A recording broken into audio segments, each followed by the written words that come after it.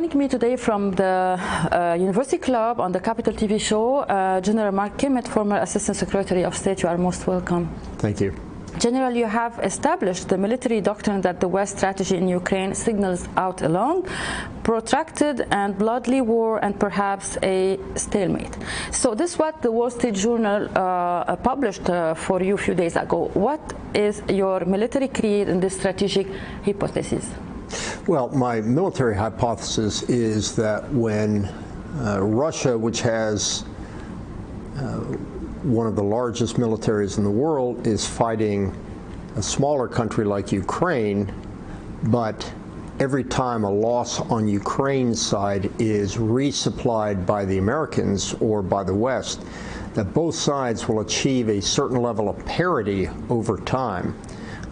Every time the Russians attempt to advance, the Ukrainians will defend. Every time the Ukrainians will try to advance, the Russians will defend.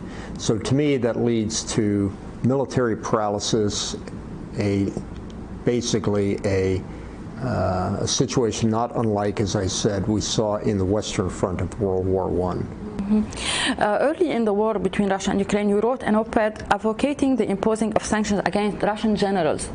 Can you elaborate more? That's simple. We have been imposing sanctions on anybody in the Russian government who is responsible for what is happening in Ukraine. But the direct complicity and responsibility for the deaths inside of Ukraine are those generals involved. They're the ones that are making the decisions to bomb cities, destroy infrastructure, attack civilians. They're the ones that are responsible for maintaining good order and discipline in their units. And we've seen that those units have become bandits and rapists and murderers. So I believe that not only should the Russian government be sanctioned, key leaders in the Russian government sanctioned, but the generals should be sanctioned as well. You wrote in the Wall Street Journal about General Alexander Dovnikov as head of the Russian operations in Ukraine. How did the appointment from Putin affect the war there? Well, I think you and your country certainly understands who Alexander Dvornikov was. He was commonly known as the Butcher of Syria. Yeah. He was the one that commanded the scorched earth tactics that we see in Syria. He was then brought over to command the Russian forces as they moved from this first phase, attacking Kyiv, to the second phase, where they have basically tried to take back the Donbass with using very, very brutal tactics. It's interesting to note that even though he applied very, very brutal tactics in that fight, the Ukrainians were able to hold him back, and since then he has been fired, and he has been replaced soon after his appointment. In your analysis about war against terrorism, you said, or you wrote, the no-comment policy. What does this argument mean?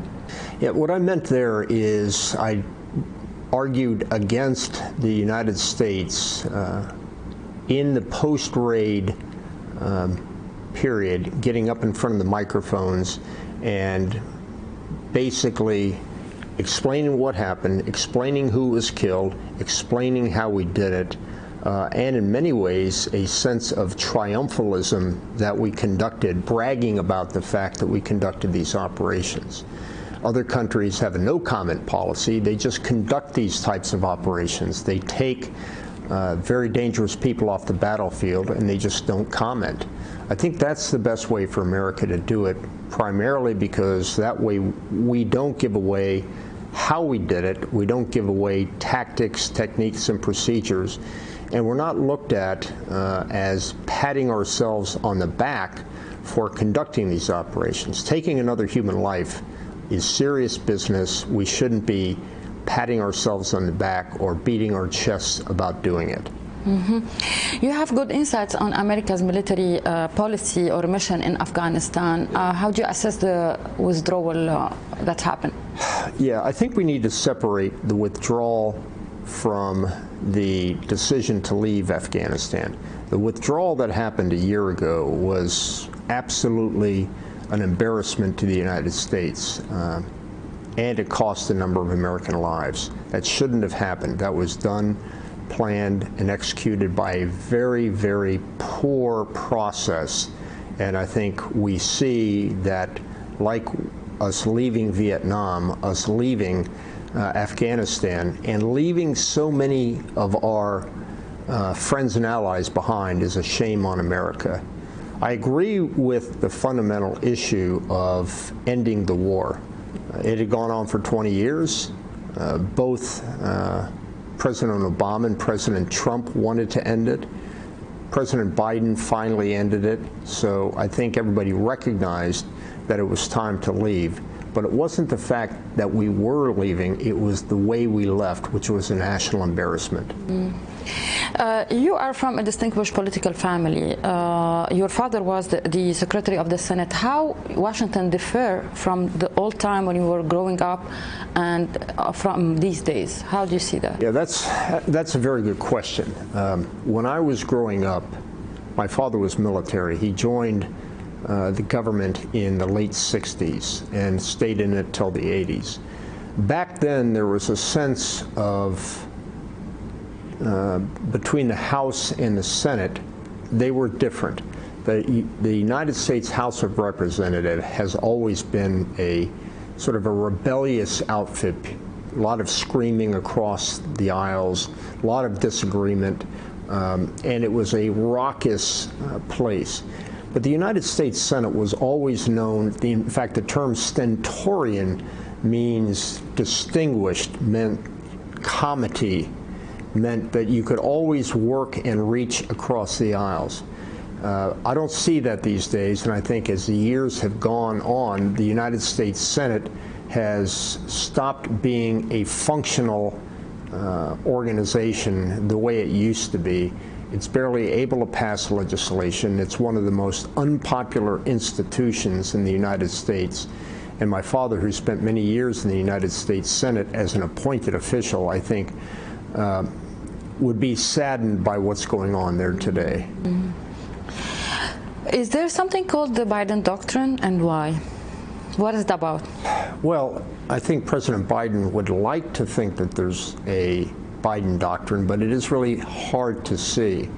At this point in his administration, I think what he's tried to do is reestablish what the reputation of America around the world.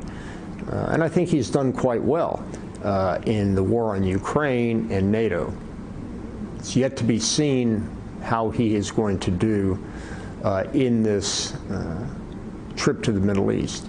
If there's one thing that I could point to that President Biden is trying to do, it's to reassemble the coalition of nations working together, which was so pushed back by the Trump administration. But I don't see anything new. If you wanted to say, what's the Trump doctrine, it's really nothing more than, let's bring back the Obama doctrine. He doesn't seem to have his own doctrine, his own view, his own insights. You mean the Biden Doctrine? The Biden Doctrine. The Biden Doctrine, I believe, has not been fully implemented because he hasn't fully been in office for too many years. But I would simply say that the Biden Doctrine is Obama 2. How do you see the proxies of Iran acting in the region, like Houthis attacking UAE, United Arab Emirates?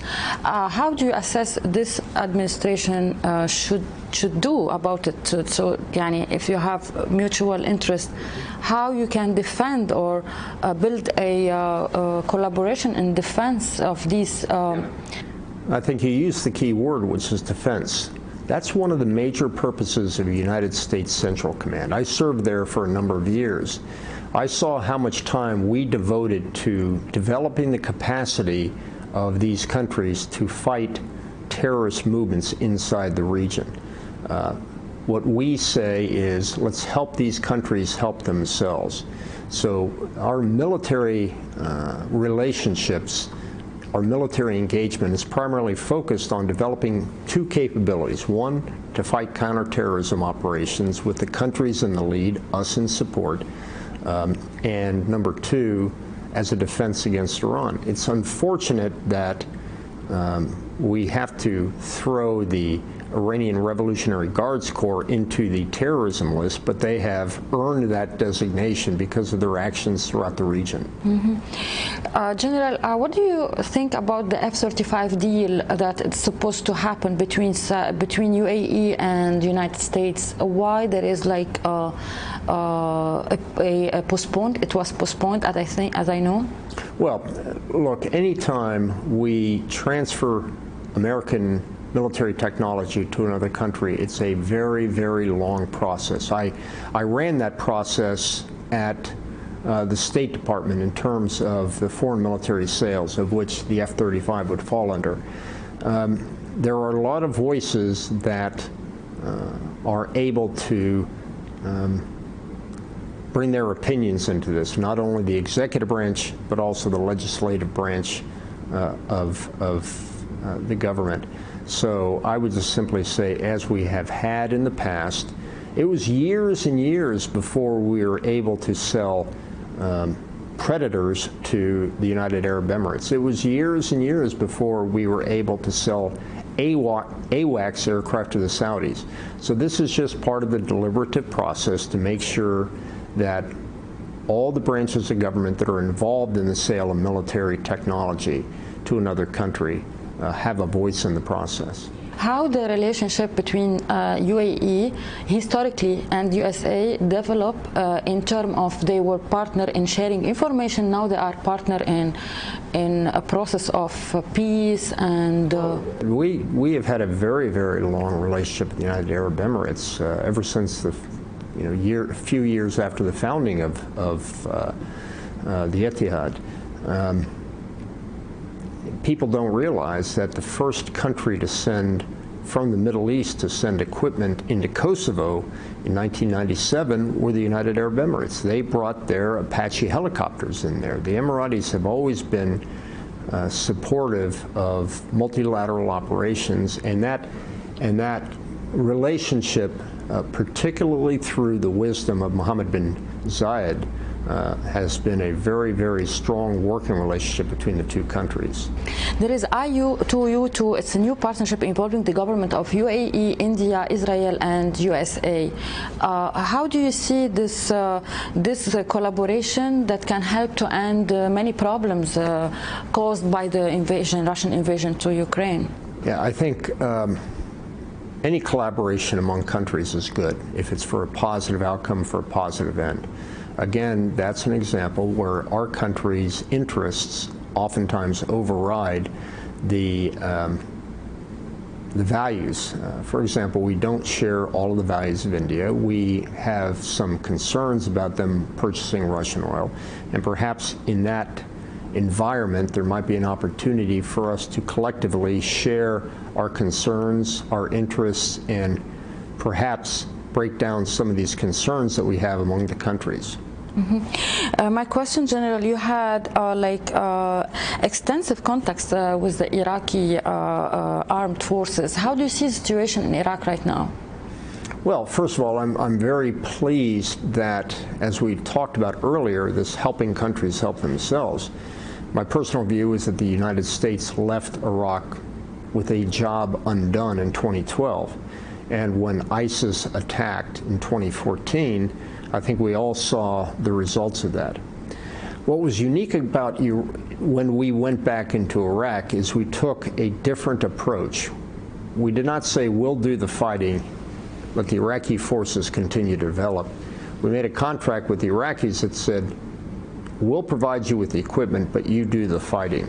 And I'm very proud to say that the only country that has defeated a terrorist threat in their country was the way that the federal police, the counterterrorism service, and the Iraqi army were able to defeat ISIS, retake Mosul, push them completely out until their final destruction. But it's a constant issue with armies. They need to continue to train. They need to maintain readiness. They've got to maintain their capabilities to fight internal threats and defend their borders. I see that the Iraqis are trying to do that. Oddly enough, the high price of oil means that their government has more money to maintain modern equipment, modern training. But I think all of us are concerned about the Hashid now becoming a formal part of the Iraqi defense structure because of the questions whether they are truly loyal to the government or truly loyal to their own political parties. So by and large, any army falls apart when it becomes too politicized, when it becomes no longer a army for the people, but the army for the power and for the government.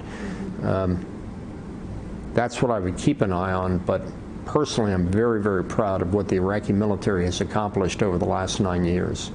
General Mark Kimmitt, thank you so much for being on my show. I appreciate that. Thank you. Hey, Maria Malouf here. Please click to like and subscribe to Maria Malouf TV YouTube page and catch our hottest interviews and most compelling analysis. You will not get it anywhere else.